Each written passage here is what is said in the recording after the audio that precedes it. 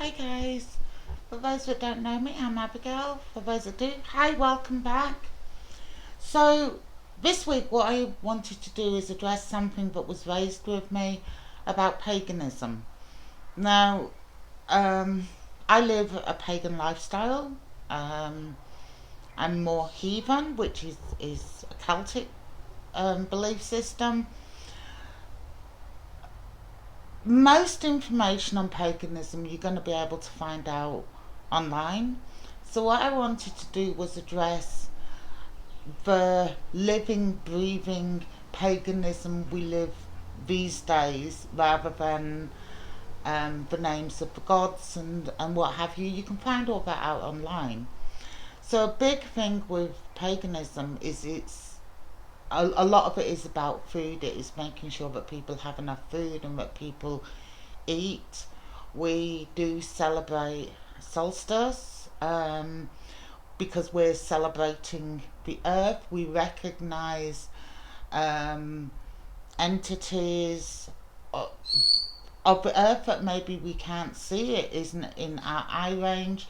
Often these are elementals, so your fae, your earth spirits, your water spirits, and it's about trying as hard as possible to be respectful of the earth, respectful of the land that we're living on, and as much as possible to be at one with nature. The other levels are about compassion, always making sure that people have food. So things like Harvest Festival is about sharing and distributing food.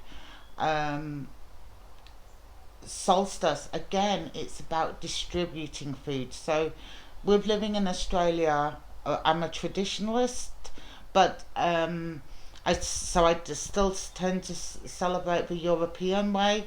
So for autumn, a lot of the food would have been processed, turned into jams, and so then it's distributing that jam to the network of people. So a lot of it is about food. It is so we have the Green Man or Pan, who's the Earth deity.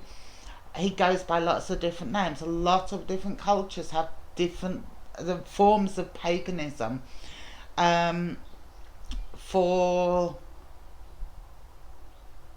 where I am, sacrifices just no. You're not sacrificing anything. You're not sacrificing an animal. You're not sacrificing a human. With some other cultures, unfortunately, chickens and goats tend to get the short end of the stick in rituals that are to do with paganism, but that is actually coming down, especially because I am a marriage celebrant. The sacrificial lamb or the sacrificial goat was quite involved with marriage and the feast and what have you. In Australia, we have laws that actually can't be part of your marriage service. If people go and choose to do it afterwards, that's their choice. I personally, if I am aware that someone is going to sacrifice an animal as part of a ritual, I will not do their wedding. I just will not. I don't quite understand consuming fear. If you've used an animal in a ritual, scared it half to death, and then killed it, you're then consuming fear. So I don't personally do that. Um, it's about. It's not about charity. It's about humanity and compassion, and making sure nobody goes hungry and nobody goes without. It's so we do give gifts, not like the Christmas kind of gifts where you get a TV or a PlayStation. The gifts that we give are food related, or they're plants that become food. So an apple tree or seedlings that are going to grow into tomatoes. So everything is about food and feeding yourself and feeding your family and feeding your community. And really it's just about respect. It's, you can go and do all the research, but all faith systems, and there was an interesting documentary done in, I think it was in the 80s, about migration and how that actually can stunt the how a religion or a belief system evolves, because by migrating you hold on to what you were familiar with, whereas the original ideology and philosophies behind it have evolved and grown in that country of origin, but you're still holding on to the old ways. And so, with all religions and all belief systems and cultures, it's evolving and it's growing. And um, so, interestingly, things like you see parallels, like we had in the UK. There was things like the Wicker Man, where people would be sacrificed to prevent invaders. Then you have in other cultures where you create a man and you put all your problems, you set him on fire, it goes up to the universe and they fix your problems. So with rituals, though you have your set rituals with like solstice, giving thanks to the earth, you also have um, family rituals, and these develop from the fact that you've done something, it's worked. You do it again, it works. That starts to become part of your belief system and part of how you celebrate what you believe.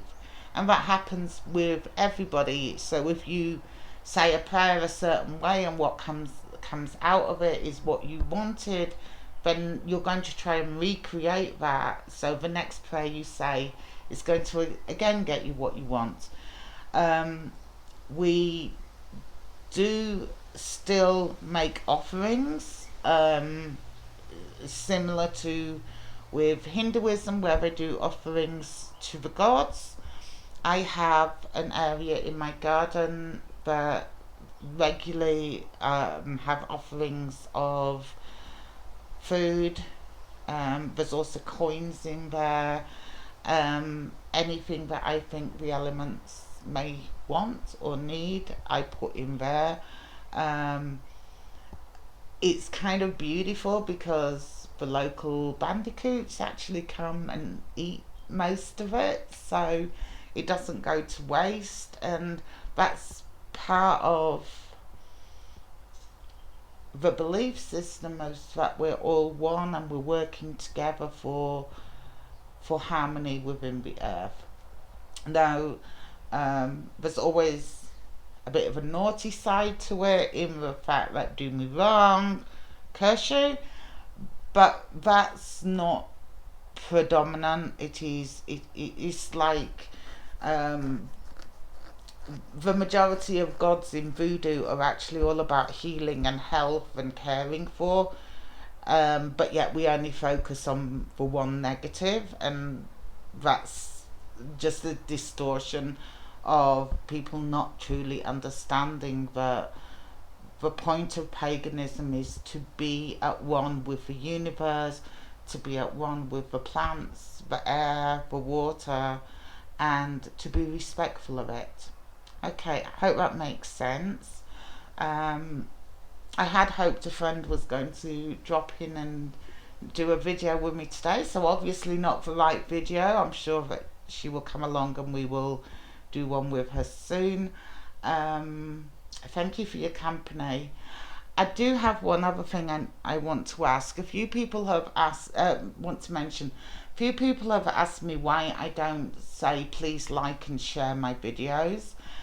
This is conscious decision on my part, because what I'm talking about is very specific. I'm usually answering someone's question.